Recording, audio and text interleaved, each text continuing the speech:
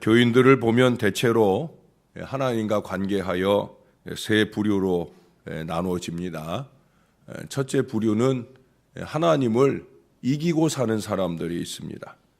그렇다고 야복강가의 야곱처럼 간절한 기도로 하나님을 이기는 그런 사람을 말하는 게 아니에요.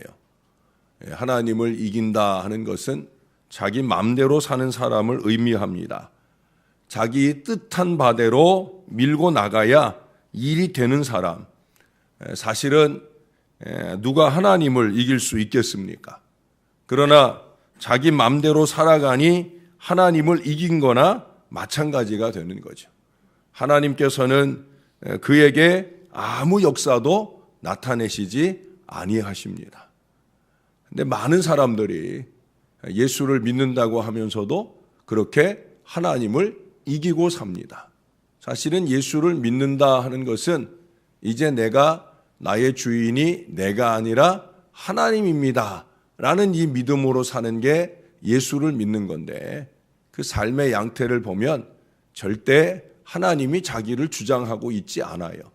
자기가 자기의 주장대로 사는 사람, 하나님을 이기고 사는 사람이에요. 두 번째는 하나님과 비기고 사는 사람들이 있어요. 하나님과 반반씩 나눕니다. 교회에 오면 하나님의 종이에요. 하나님의 영역에서는 나름대로 하나님의 뜻을 따라가는 듯 보여집니다. 그러나 교회 밖으로 나가면 거기는 자신의 영역입니다. 하나님의 침범을 허용하지 않는 자기의 영역으로 거기서는 제멋대로 살아갑니다. 그래서 비기고 살아가는 사람이라 말할 수가 있을 거예요. 세 번째는 하나님께 지고 사는 사람이 있습니다. 하나님께 모든 것을 맡긴 그런 사람을 말하는 거예요. 하나님의 뜻대로, 하나님의 말씀대로 살아가는 사람입니다. 자기가 원하는 결과가 뻔히 오게 되지 않는 그런 상황일지라도 그저 하나님의 뜻이면 그 뜻대로 다 따라서 행하는 사람이에요. 오늘 16절은 이것을 뭐라고 표현했느냐? 그대로 한지라, 이렇게 표현을 했어요.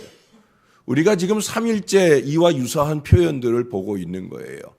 여러분 기억하시나 모르겠지만 우리가 10장 처음 보았던 그저께 3절 말씀에 보면 내 주의 교훈을 따르며 우리 하나님의 명령을 떨며 준행하는 자의 가르침을 따라 율법대로 행할 것이다. 당신이 주장하는 일이면 그대로 행하세요. 그러면 우리가 힘써 따라 하겠습니다. 이게 이제 그저께 보았던 말씀이고요. 어제 말씀 속에서도 우리가 5절을 시작하기를 이 말대로 행하기를 맹세하게 하며 무리가 맹세하였다.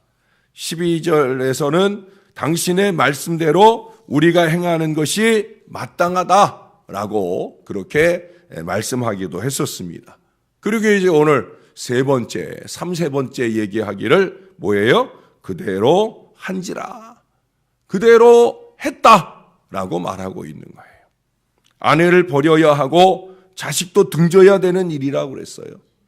큰 슬픔이 밀려오는 일이라고 그랬어요. 그러나 그대로 합니다. 왜? 하나님께 지기로 했기 때문이에요. 하나님의 뜻을 따르기로 했기 때문입니다. 자기 생각, 자기 감정, 자기 주장 다 버리기로 했기 때문에 그런 거예요. 그것이 회개인 거예요. 회개라고 하는 건 여전히 내 주장이 살아서는 회개가 아닌 거죠.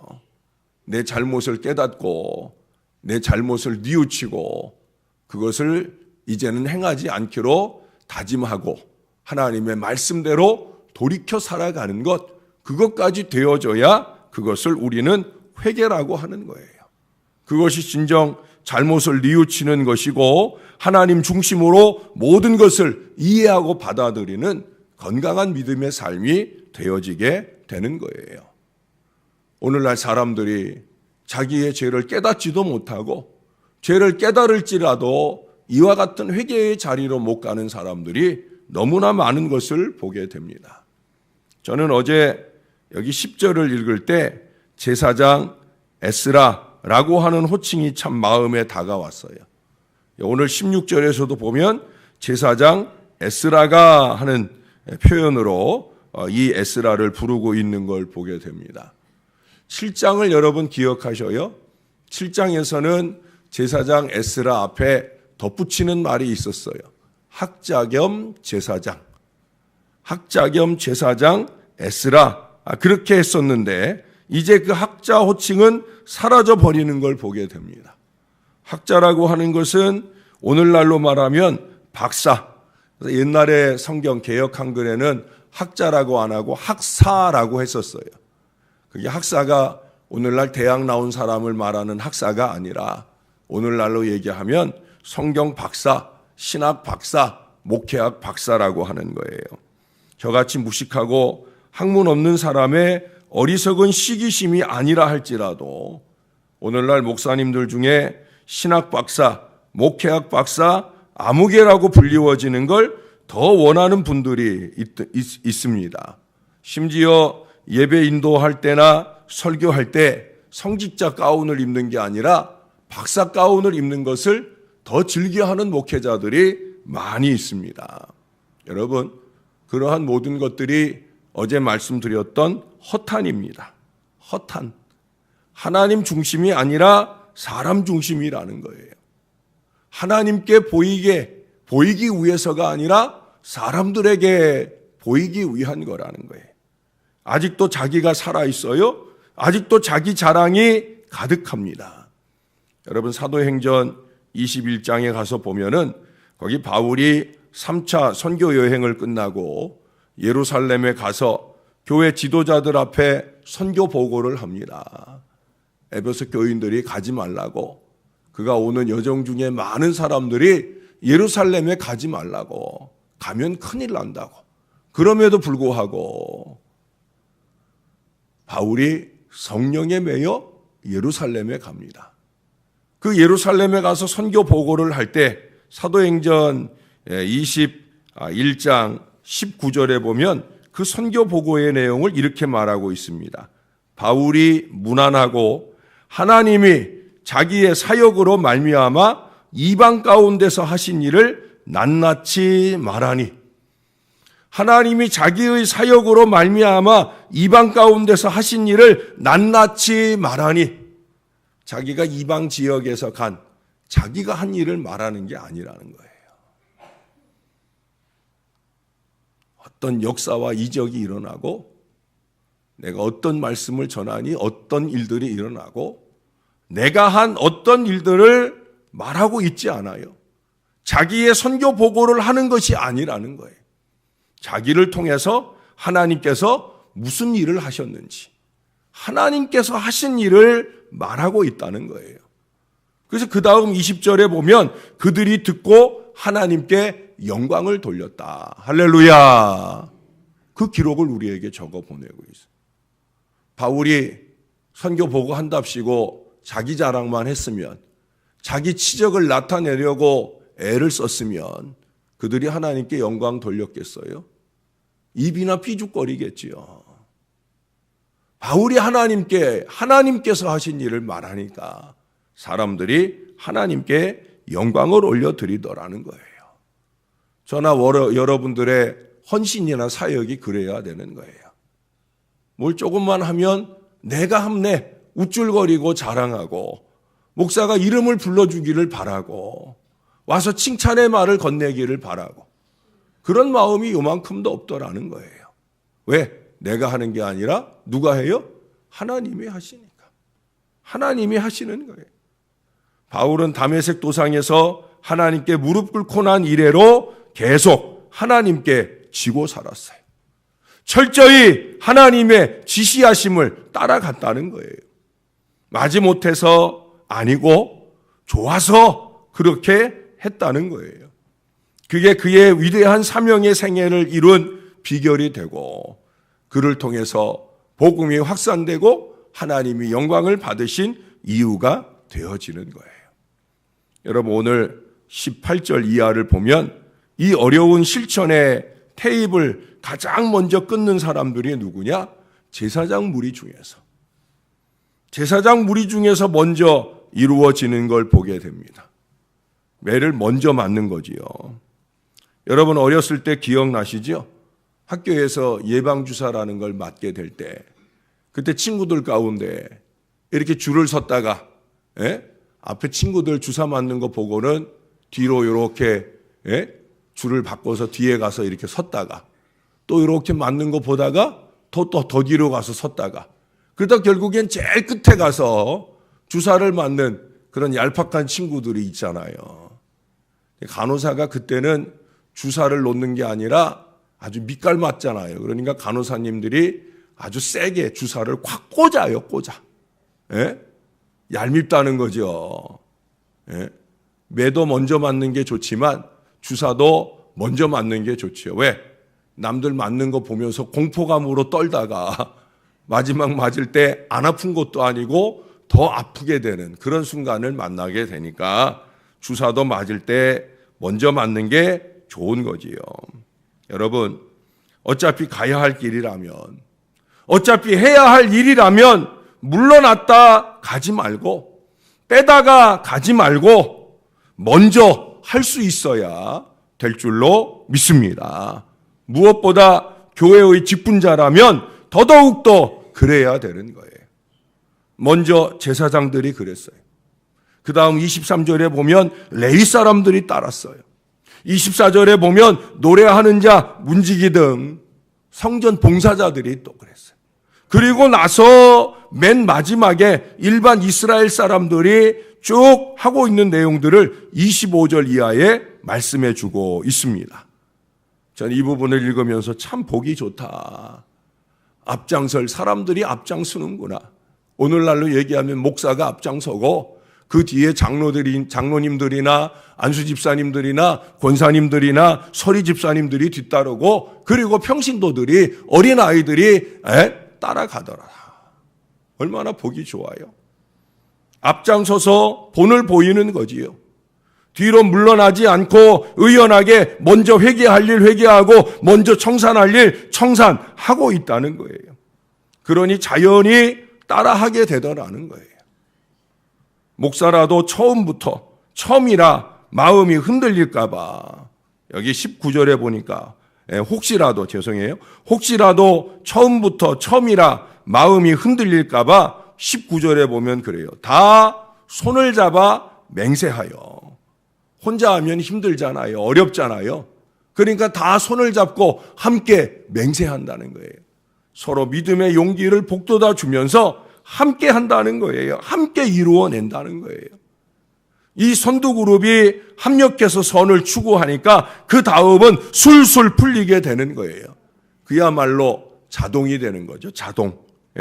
마지못해 할 일을 즐겁게 하고 있다는 거예요. 어제 말하기를 이게 하루 이틀 걸릴 일이 아닙니다. 그랬지만은 오래 걸릴 그 일을 서둘러서 진행하게 되어지는 거예요. 좋아서 하는 일은 쉬워요. 우리가 하는 모든 일들이 싫어서 할 때는 어렵습니다. 그러나 좋아서 하면 쉬운 거예요. 저는 이 신방이나 설교를 좋아합니다. 그래서 저에게는 설교나 신방이 쉬워요. 설교를 준비하는 것도 쉽고요. 설교를 하는 것도 쉬워요. 그러나 많은 목회자들이 설교를 어려워합니다. 설교를 왜 어려워할까? 저는 솔직히 이해가 되지 않아요. 설교를 억지로 하니까 그런 거예요. 설교가 좋아서 해야, 신방이 좋아서 해야, 그래야 그것이 쉬워지는 이 진리를 알지 못하기 때문에 그래요. 좋아서 하면 쉽습니다.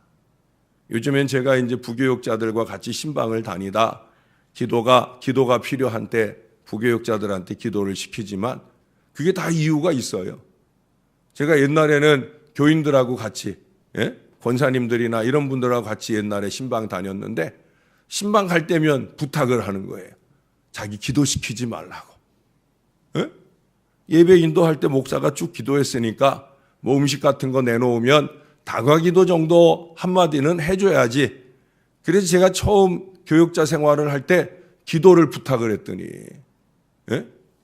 기도를 아무개 권사님 기도 좀 해주세요. 그랬더니 조용한 거예요. 제가 눈을 뜨고 봤더니 못하겠다는 거예요. 예? 저보고 해라는 거예요. 그러면 권사는 뭐하러 했어? 그런 자리 기도 한마디도 못하는 권사는 뭐하러? 예? 근데 제가 그런 경험을 한두 사람한테 하게 되는 게 아니에요. 여러 사람에게 그런 경험을 하면서 야, 이게 갑자기 기도시키는 게 어려운 모양이다. 그래서 그 다음부터는 이제 부교육자들 같이 다닐 때 부교육자들 시키거나 아니면 그냥 제가 하거나 그럽니다.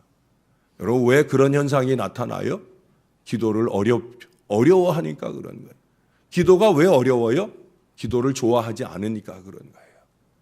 여러분, 기도를 좀 좋아하시기 바랍니다. 기도를 좋아서 하면 쉬워지게 되는 거예요. 기도하고 싶어지게 되는 거예요. 예배가 좋아져야 됩니다. 전 우리 교회 직분자들이 예배를 좋아했으면 좋겠어요. 예배 오는 것이 큰맘 먹고 별로서 오는 일이 되지 않았으면 좋겠다는 거예요. 아니, 직분자가 예배하러 오는 걸 왜 별로서 와? 큰맘 먹고야 와. 어쩌다 예배 자리에 보이면 목사가 신기하게 바라보게 되는, 왜 그런 사람이 돼요? 그건 아니죠. 예배가 즐거워야 하고 좋아야 되는 거예요. 좋아서 하면 자주 하게 되는 거예요. 시키지 않아도, 심지어 하지 말라고 해도 좋아서 하면 알아서 자꾸 하게 되는 거예요. 우리의 신앙의 여러 가지 중에 예배가 그래야 되는 거예요. 그래서 모범이 되어야 되는 거예요. 예배를 모범적으로 해야 그것이 가장 모범적인 거예요. 헌신도 헌금도 기도 생활도 모범적으로 해야 되겠지만 직분을 가진 사람은 예배가 모범이 되어야, 그래야 진짜 모범이 되는 거예요. 동네 아무개네 집에 하루도 빠짐없이 마실 가듯이 교회 오는 게 그보다 더 좋고 쉬울 수 있어야 된다는 거예요. 왜? 그것이 하나님께 지고 사는 삶이니까. 여러분, 하나님께 좀 지고 사십시다. 하나님께 두 손 들고 살 수 있기를 바랍니다. 그러면 세상을 이기는 거예요. 우리가 왜 세상 앞에 무릎 꿇고 굴복하고 벌벌 떨며 사느냐? 하나님은 이겨먹고 세상 앞에는 지고 사느냐? 이건 잘못된 거지요. 건강한 그리스도인이라면 하나님께는 지고 세상을 향하여서는 그 하나님께 대한 믿음 때문에 그 세상은 이길 수 있는 게 건강한 그리스도인이에요. 세상을 이긴 이김은 이것이니 너희의 믿음이니라 하셨잖아요. 우리가 믿음이 뭐예요? 하나님께 지고 사는 게 믿음이에요.